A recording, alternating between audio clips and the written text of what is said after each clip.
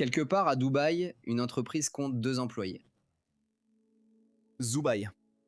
Pas d'équipe de 100 ingénieurs. Pas de département de recherche. Pas une douzaine de spécialistes en mécanique des fluides, en thermodynamique et en procédés de fabrication. 2 personnes et un logiciel qui réalisent en quelques semaines ce que les ingénieurs ont qualifié d'impossible pendant des décennies. En décembre 2025, cette entreprise a construit 2 moteurs de fusée. Pas seulement conçus, mais construits, testés et même allumés. Parmi eux, un moteur Aerospike. L'une des architectures de moteurs les plus complexes et en même temps les plus convoitées de l'histoire de l'astronautique. Des moteurs si difficiles à fabriquer qu'en 30 ans, à peine une poignée d'équipes dans le monde ont réussi à les faire fonctionner. Sans parler de les utiliser de manière opérationnelle. De la spécification à la première flamme en moins de 3 semaines. L'entreprise, elle s'appelle LIB71 et ce qu'ils font est en train de changer silencieusement les fondements de l'ingénierie. Je m'appelle Sirwan et voici Mars Chronicle. Avant de plonger dans la technologie, nous devons comprendre les 2 personnes qui se cachent derrière cette histoire. Joséphine Lissner est ingénieure aérospatiale. Elle a étudié à l'université de Stuttgart, puis a contribué à la conception de l'aérodynamique de la voiture de champion du monde de Lewis Hamilton chez l'équipe Mercedes-AMG Petronas de Formule 1. Et elle a ensuite travaillé chez Porsche Motorsport dans leur nouvelle équipe de Formula E. Elle est également coureuse d'ultramarathon. En 2018, elle a remporté l'ultramarathon du Mur d'Adrien sur une distance de 110 km. C'est pertinent parce que cela en dit long sur sa façon de penser. Lissner est quelqu'un qui résout les problèmes par un travail méthodique, étape par étape. Cela montre son ambition sans compromis et sa persévérance. De plus, on ne se retrouve pas par hasard au sommet du sport automobile. La 2e personne est Lynn Kaiser. Il est entrepreneur CRN et développe des logiciels depuis son enfance. Avant de cofonder LIP71, il dirigeait Hypergenic, une entreprise qui s'occupait également de conception algorithmique. Là-bas, il a posé les bases technologiques sur lesquelles LIP60 et 11 s'appuient aujourd'hui. Ils se sont rencontrés chez Hypergenic. En 2023, ils ont fondé ensemble LIP71 à Dubaï. Et ensuite, ils ont fait quelque chose qui ne s'était jamais produit dans l'histoire de l'ingénierie. Pour comprendre ce que fait LIP71, il faut d'abord comprendre ce qu'était l'ingénierie jusqu'à présent. Un ingénieur qui conçoit un moteur de fusée y passe des mois, voire des années. Il commence par la physique fondamentale, thermodynamique, mécanique des fluides, théorie de la combustion. Il élabore des concepts, calcule des paramètres, choisit des matériaux. Chaque courbe, chaque canal, chaque perçage est dessiné manuellement dans un logiciel de CAO. Cela prend une éternité car tout doit être fait à la main. Ensuite viennent les simulations, les boucles de rétroaction, les corrections. Ensuite, on fabrique, puis on teste et on analyse. À partir des données d'analyse, on procède ensuite par itération. Cela signifie que le design est retravaillé et que toute la boucle recommence depuis le début. On répète ce processus jusqu'à ce que les données de test soient satisfaisantes, c'est-à-dire qu'elles répondent aux exigences. Un moteur fusée moderne est le résultat de plusieurs années d'expertise humaine collective. En général, il contient le savoir de centaines d'ingénieurs accumulés sur des décennies. Et c'est exactement ça le problème, dit Kaiser. Une ingénierie, selon lui, est incroyablement lente parce qu'elle n'a jamais vraiment été informatisée. Des ordinateurs ont été utilisés en ingénierie comme outil de dessin, comme outil de simulation. Mais le véritable processus de réflexion, la véritable logique de la conception, sont toujours restés entre les mains de l'homme. LIB71 veut changer cela. Ils n'appellent pas leur approche IA, ni même système de génération, même si cela y ressemble étrangement. Ils qualifient leur approche d'ingénierie computationnelle, c'est-à-dire d'ingénierie assistée par ordinateur. Il faut bien un peu de marketing aussi. C'est tout à fait acceptable. Le cœur de LIB71 est un logiciel appelé Neuron, similaire au mot neurone de la cellule nerveuse, juste écrit différemment. Neuron n'est pas un programme de CAO. Ni un assistant IA, ni un algorithme au sens classique du terme. Neuron est, et c'est la description précise, un grand modèle d'ingénierie computationnelle. Un système qui a traduit toute la logique de l'ingénierie en code. Donc la physique, les règles de fabrication, les propriétés des matériaux et l'expérience pratique tirée de tests réels. Tout cela est codé dans un système déterministe basé sur des principes physiques fondamentaux. On donne à Neuron une spécification. Par exemple, j'ai besoin d'un moteur avec une poussée de 20 kN fonctionnant au méthane liquide et à l'oxygène liquide, adapté aux applications orbitales. Neuron génère la conception sous forme de géométrie prête à être produite. Directement prêt pour la fabrication additive. Donc pour l'impression 3D, ici on n'obtient pas seulement des croquis grossiers ou des idées, mais de véritables conceptions prêtes à l'emploi. C'est la différence avec tout ce qui existait jusqu'à présent. Neuron ne génère pas des images ou des textes, il génère des objets physiques qui doivent fonctionner dans le monde réel. Et la physique ne permet aucune erreur. Lissner le décrit ainsi. Lorsqu'un ingénieur traduit méticuleusement ses connaissances et ses méthodes en code informatique, il devient plus rapide de plusieurs ordres de grandeur. Cela ne remplace pas l'ingénieur, mais multiplie la productivité. Voilà le noyau philosophique de Lib71. Une ingénierie codée dans un système qu'il exécute à la vitesse des ordinateurs. Maintenant, passons au résultat. Parce que la théorie, c'est une chose, le feu, c'en est une autre. De grandes affirmations sont faites chaque jour. La question est de savoir si elles peuvent aussi être mises en œuvre.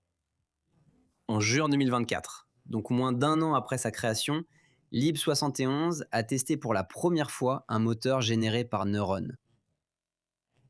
Avec 5 kN de poussée, entièrement conçu par le logiciel. Entièrement imprimé en cuivre grâce à la fabrication additive. Aucune intervention manuelle sur la géométrie. Et voilà, cela a fonctionné du premier coup. C'est un événement presque inédit dans la construction de moteurs. Les moteurs fonctionnent rarement lors du premier essai. Il est normal de tester, d'analyser, de corriger, de reconstruire et de tester à nouveau. Ce cycle dure généralement des mois. Lib71 l'a tout simplement sauté. La comparaison est peut-être un peu bancale, mais c'est un peu comme si on se rencontrait pour un premier rendez-vous et que 3 semaines plus tard, on tenait un bébé dans les bras. Ensuite, d'autres tests ont suivi, des moteurs avec différentes classes de poussée allant de 1,5 à 7,5 kN, avec différents matériaux et différentes configurations. Toujours le même schéma, on entre les spécifications, la conception sort, impression, test, et à chaque fois ça fonctionnait. C'est vraiment impressionnant. Parce qu'il y a effectivement des coups de chance isolés, mais obtenir des résultats reproductibles, c'est une toute autre histoire. Et puis, en décembre 2024, il s'est passé quelque chose qui a attiré l'attention de la communauté spatiale, le moteur Aerospike. Pour comprendre pourquoi c'est si important, il faut d'abord expliquer brièvement ce qu'est un Aerospike. Et pourquoi, depuis des décennies, il est considéré comme l'architecture de moteur la plus difficile et indomptée de l'histoire. Les moteurs fusées conventionnels ont une forme de cloche. Cette cloche est conçue pour fonctionner de manière optimale à une pression atmosphérique donnée. Soit au niveau de la mer, soit dans le vide. Le problème, un moteur qui fonctionne de façon optimale au niveau de la mer est inefficace dans le vide. Et inversement, un Aerospike résout ce problème grâce à une conception radicalement différente. Au lieu d'une cloche, il possède une pointe centrale. Une pointe autour de laquelle est disposé l'anneau de la chambre de combustion. Les gaz d'échappement s'écoulent vers l'extérieur et s'adaptent automatiquement à la pression ambiante. Cela rend l'Aerospike plus efficace qu'une tuyère en cloche, des niveaux de la mer jusqu'au vide. Ça a l'air parfait. Alors pourquoi tout le monde ne construit-il pas un moteur Aerospike ? Parce qu'ils sont extrêmement difficiles à fabriquer. La géométrie interne est tellement complexe que les méthodes de fabrication conventionnelles ne peuvent pratiquement pas les produire. Le refroidissement de la pointe est un cauchemar thermodynamique. Et contrôler le comportement de l'écoulement des gaz d'échappement dans cette architecture inversée, donc retournée, nécessite une compréhension de la physique qui se situe à la limite du possible, même pour des ingénieurs expérimentés. En 30 ans, comme je l'ai dit, seule une poignée d'équipes dans le monde ont testé avec succès un moteur Aerospike. Lib 71 l'a fait en quelques semaines. Le moteur entièrement imprimé en cuivre, avec une poussée de 5 kN, a fonctionné dès le premier essai. Et c'était que le début.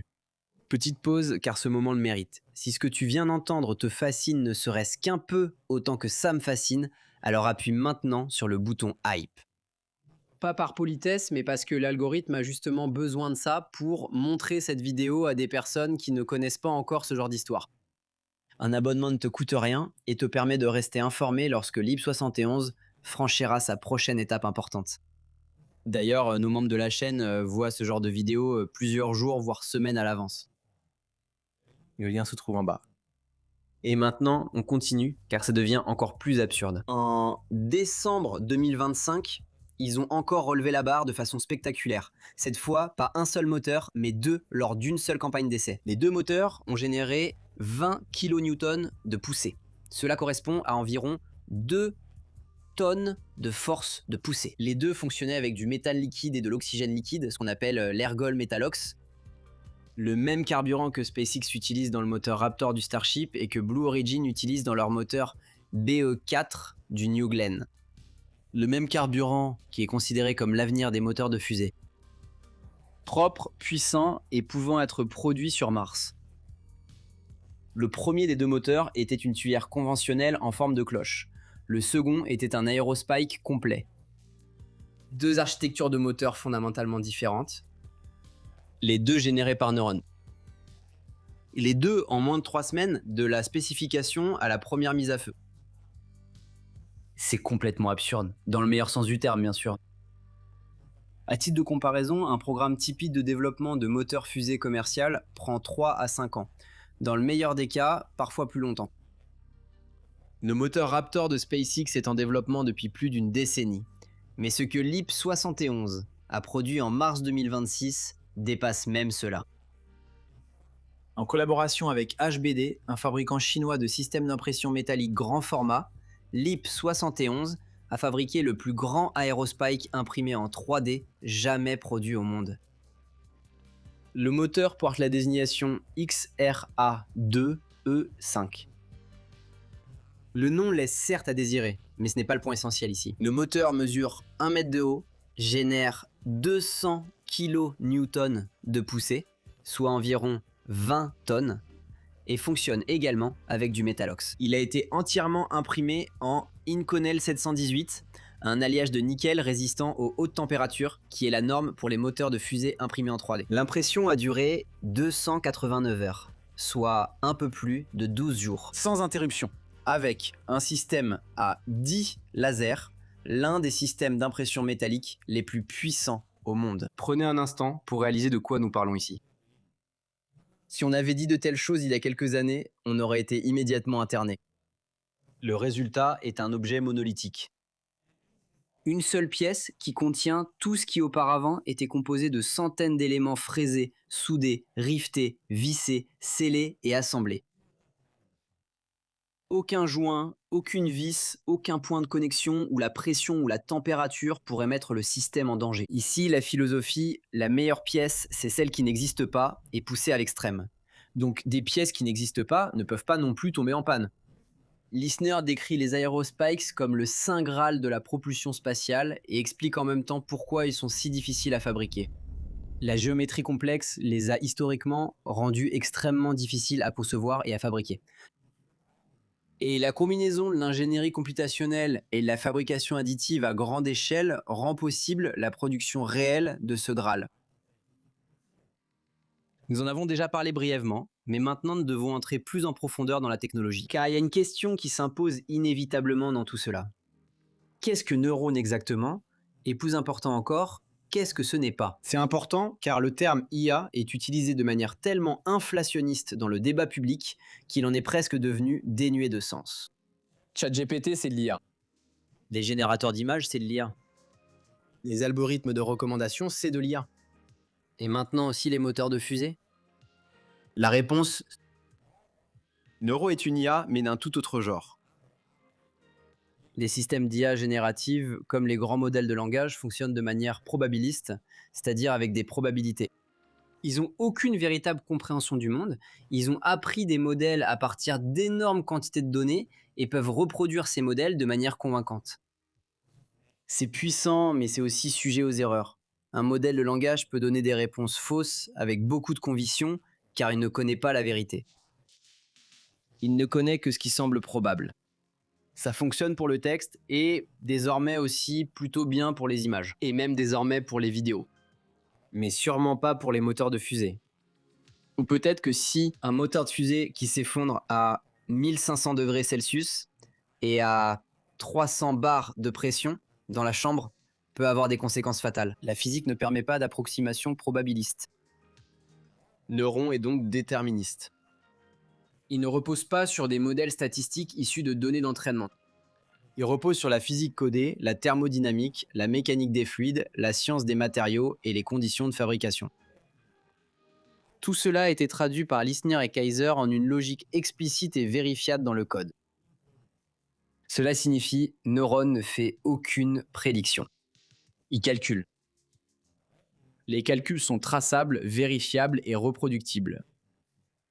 Exactement ce dont on a besoin lorsqu'on travaille avec du feu et des gaz sous haute pression. Il existe un deuxième pilier technologique sur lequel LIB71 ne fonctionnerait pas. Fabrication additive. Impression 3D en métal. La fabrication conventionnelle est soustractive. On commence avec un bloc de métal et on fraise, on tourne et on perce jusqu'à ce qu'il ne reste que la forme souhaitée. Cela fonctionne parfaitement pour des géométries simples et moyennement complexes. Mais à partir d'un certain degré de complexité, cela devient peu pratique. Des canaux internes qui serpentent à travers une pièce, des structures de refroidissement qui traversent le matériau comme des veines, des géométries qui doivent être accessibles de l'intérieur. Tout cela est soit impossible, soit incroyablement coûteux avec la fabrication soustractive. La fabrication additive inverse ce principe. On part de rien et on construit couche par couche. La complexité de la pièce ne coûte rien de plus. Une simple sphère est aussi compliquée à imprimer qu'un système de refroidissement intégré très complexe. Importer le fichier dans le logiciel, le trancher et c'est parti. Bien sûr, c'est une explication très simplifiée. Pour Neuron, c'est essentiel. Parce que Neuron n'est pas limité par la logique des données de fabrication conventionnelles ou des techniques de fabrication. Il peut générer des géométries qu'aucun humain n'aurait jamais dessinées manuellement. C'est pas parce que personne ne pouvait le faire, mais simplement parce que la fabricabilité de telles formes n'était pas possible auparavant. Le résultat, ce sont des moteurs qui ressemblent à des structures vivantes, des canaux de refroidissement qui serpentent de façon organique à travers le matériau, des têtes d'injecteurs dont la densité et la complexité rappellent les récifs coralliens, des structures optimisées de manière à fournir les meilleures performances possibles avec le minimum de matériaux. Même si cela paraît beau, il ne s'agit pas ici d'esthétique, mais de physique, à propos de l'impression 3D. Ici, dans le studio, se trouve actuellement le moteur Raptor de SpaceX et le moteur F1 emblématique de la Saturn V. Certes, ils ne sont pas en Inconel, mais en PLA. Mais c'est quand même impressionnant que quelqu'un comme moi puisse fabriquer ça simplement chez soi. Imprimé avec le Core One de Prusa, notre sponsor, et l'imprimante sur laquelle nous produisons également nos modèles Starship et SLS sous licence. Si vous voulez vous lancer vous-même dans l'impression 3D, le code QR est à l'écran en ce moment. Le lien se trouve en bas dans la description. Et maintenant, retour aux choses qui sont faites en Inconel. Passons au changement d'échelle. Parce que jusqu'à présent, nous avons parlé de moteurs jusqu'à 20 kN. C'est impressionnant, mais ce sont des moteurs pour des satellites plus petits, des étages d'injection et des étages supérieurs. Qu'en est-il donc des vrais moteurs de fusée ? En novembre 2025, LIB71, en collaboration avec Nikon SLM Solutions, un pionnier allemand de l'impression métallique, a fabriqué la tête d'injection d'un moteur de la classe XRB-2E6. 600 mm de diamètre, l'un des plus grands et des plus complexes composants spatiaux jamais produits par impression 3D. La XRB-2E6 est un moteur Metalox avec une poussée de 2000 kN, donc 2 méganewtons, soit environ 200 tonnes. À titre de comparaison, le moteur Raptor 3 de SpaceX, le moteur de série le plus puissant au monde, génère environ 300 tonnes de poussée. Et le BE4 de Blue Origin, 280 tonnes. LIB71 se situe donc dans la même catégorie de puissance. Et encore plus radical, le moteur est conçu comme un moteur à combustion étagée à flux complet, FFSC. Donc combustion étagée à flux complet. C'est le même cycle que celui utilisé par le moteur Raptor, le cycle le plus efficace, le plus complexe et le plus difficile des moteurs fusées chimiques. Pendant des décennies, il a été considéré comme trop difficile pour la plupart des acteurs de l'industrie. Ce qui est particulier et en même temps difficile, c'est que dans le FFSC, les deux composants du moteur passent entièrement par leur propre précombusteur avant d'entrer dans la chambre de combustion principale. Chaque composant entraîne ainsi sa propre turbopompe. Cela maximise l'efficacité. Mais cela signifie aussi qu'un gaz chaud riche en oxygène circule d'un côté et un gaz chaud riche en carburant de l'autre. Les deux sous une pression énorme et à des températures extrêmes. Le système doit maîtriser cette instabilité tout en maintenant tous les débits et les taux de combustion en équilibre. C'est précisément cela qui l'a rendu pratiquement impossible pendant des décennies. Ne t'inquiète pas, ça a l'air compliqué simplement parce que ça l'est vraiment. SpaceX a mis des années à maîtriser ce cycle. LEAP 71 génère la tête d'injecteur de façon totalement autonome, sans intervention humaine sur la géométrie. Qu'est-ce que cela signifie stratégiquement ? Le goulot d'étranglement classique dans le développement des fusées n'a jamais été la physique. Nous connaissons les équations depuis des décennies. Le goulot d'étranglement était le temps et l'expertise. Un ingénieur expérimenté en moteur est rare. De plus, il lui faut des années de formation, des années d'expérience, et même alors, sa capacité reste limitée. Nous, les humains, n'avons qu'un nombre limité d'heures productives par jour. Neuron a levé cette limitation. Lorsque Lisner a codé la logique d'un concept de moteur dans Neuron, ce système peut générer des milliers de variantes dans le même temps qu'il faudrait à un ingénieur humain pour dessiner un croquis. Chaque variante est physiquement valide et directement prête à être fabriquée. Cela change la donne pour tous ceux qui veulent accéder à la propulsion spatiale. Pas seulement pour les grandes puissances avec d'énormes budgets militaires, mais aussi pour les petites entreprises, les pays émergents et les acteurs qui, jusqu'à présent, ne pouvaient pas se permettre de développer leur propre moteur. Et c'est précisément ce que montre la stratégie de partenariat de LEAP 71. En juin 2025, LEAP 71 a conclu un partenariat stratégique avec Aspire Space, une entreprise spatiale luxembourgeoise qui a depuis transféré toutes ses opérations principales aux Émirats arabes unis. Aspire souhaite développer un système de lanceur entièrement réutilisable, capable de placer jusqu'à 15 tonnes en orbite terrestre basse. L'ensemble du système de propulsion provient de LEAP 71, avec l'aimable soutien de Neuron. En mars 2026, Exploration Company, une entreprise spatiale européenne comptant plus de 400 employés, connue pour la capsule de ravitaillement Nix et le moteur Typhoon, a signé un contrat de licence de 5 ans pour Neuron RP. Exploration Company intégrera le logiciel dans le développement de ses propres moteurs. C'est un signal important, c'est pas une start-up dans un garage quelconque, c'est une entreprise spatiale européenne sérieuse qui travaille activement avec l'ESA et des clients privés. Et ils font confiance à LEAP 71 pour une partie de leur technologie de base. De plus, LEAP 71 a présenté un concept pour un système de pré-refroidissement hypersonique, en collaboration avec Farsoon Technologies. 1,5 m de haut avec un seul objectif, refroidir l'air à des vitesses hypersoniques au point qu'un moteur aérobie puisse fonctionner.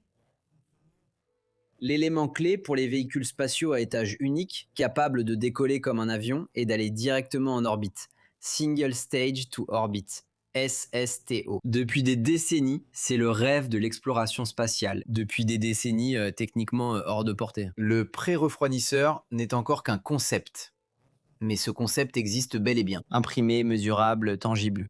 Et à la vitesse à laquelle ils avancent, c'est qu'une question de semaines avant que nous voyions du matériel et les premiers tests. Je voudrais m'arrêter un instant ici, parce que LEAP 71 est une petite entreprise qui produit des choses extraordinaires. Mais il est important d'être honnête sur l'endroit où nous en sommes dans ce processus.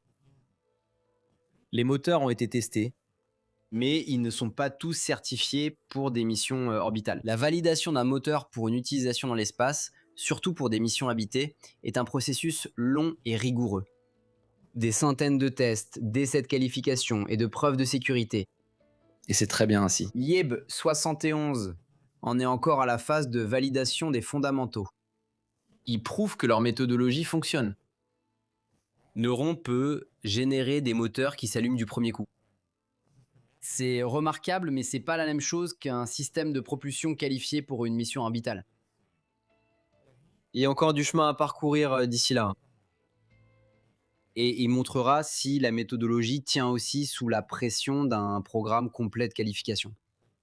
Mais le point de départ est si solide que la question n'est plus de savoir si, mais quand. Alors ensuite, les 20 kilonewtons que LIB71 a testés en décembre 2025 correspondent, selon leur propre déclaration, à environ 10% de la classe de poussée qu'ils veulent tester en 2026. Cela signifie que d'ici la fin de cette année, LIB71 prévoit un essai de mise à feu dans la classe des 200 kilonewtons. 20 tonnes de poussée. Et la validation de la fabrication, qui est la base du moteur de la classe du méganewton, est déjà en cours. Les plus grands systèmes d'impression métallique du monde. Si LIB71 respecte ces délais, l'entreprise aura validé d'ici fin 2026 des moteurs dans une classe de puissance permettant de véritables missions orbitales. 2 personnes, 3 ans, de 0 à des moteurs fusées dans la gamme du méganewton. Cela n'a pas d'équivalent dans l'histoire de l'ingénierie. Mais la véritable importance de LIB71 ne réside pas dans les moteurs. Les moteurs sont la démonstration. La véritable innovation, c'est la compréhension qui se cache derrière. L'ingénierie était jusqu'à présent un processus linéaire. Idée, calcul, conception, fabrication, test, itération. Chaque étape prenait des mois, chaque erreur coûtait du temps et de l'argent, et cela limitait ce qui était possible. Ce n'était pas la physique, ni le matériau, ni l'argent, mais le temps. Neuron réduit radicalement ce temps de plusieurs ordres de grandeur. Et lorsque cette méthodologie sera transposée à d'autres domaines, aux échangeurs de chaleur, aux systèmes de propulsion pour la mobilité électrique, aux implants biomédicaux, aux composants de construction pour les satellites ou l'architecture. Alors nous parlerons de la question de savoir comment l'humanité fabriquera les choses dans 20 ans. Gisner l'a formulé ainsi dans une interview. L'ingénierie, qui jusqu'à présent était stockée dans la tête des experts et disparaissait avec leur retraite, peut désormais être codée dans des systèmes qui la préservent pour toujours et la rendent accessible à tous. Ce n'est rien de moins que la démocratisation de l'ingénierie. 2 personnes, un bureau à Dubaï. Un logiciel qui conçoit en quelques secondes ce qui prend des mois aux humains. Et des moteurs qui fonctionnent dès le premier essai. Glib71 est l'entreprise importante la moins connue dans le domaine spatial. Pour l'instant. Je m'appelle Shirwan et c'était Mars Chroniken. Merci d'avoir regardé Per Aspera ad Astra.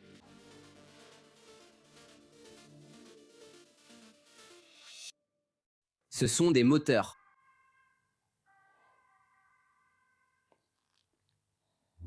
Police.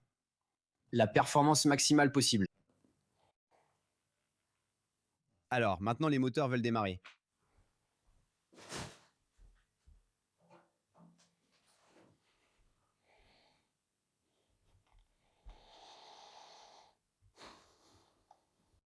Per Aspera ad Astra. Attends, essayons avec une autre prononciation. Per Aspera ad Astra.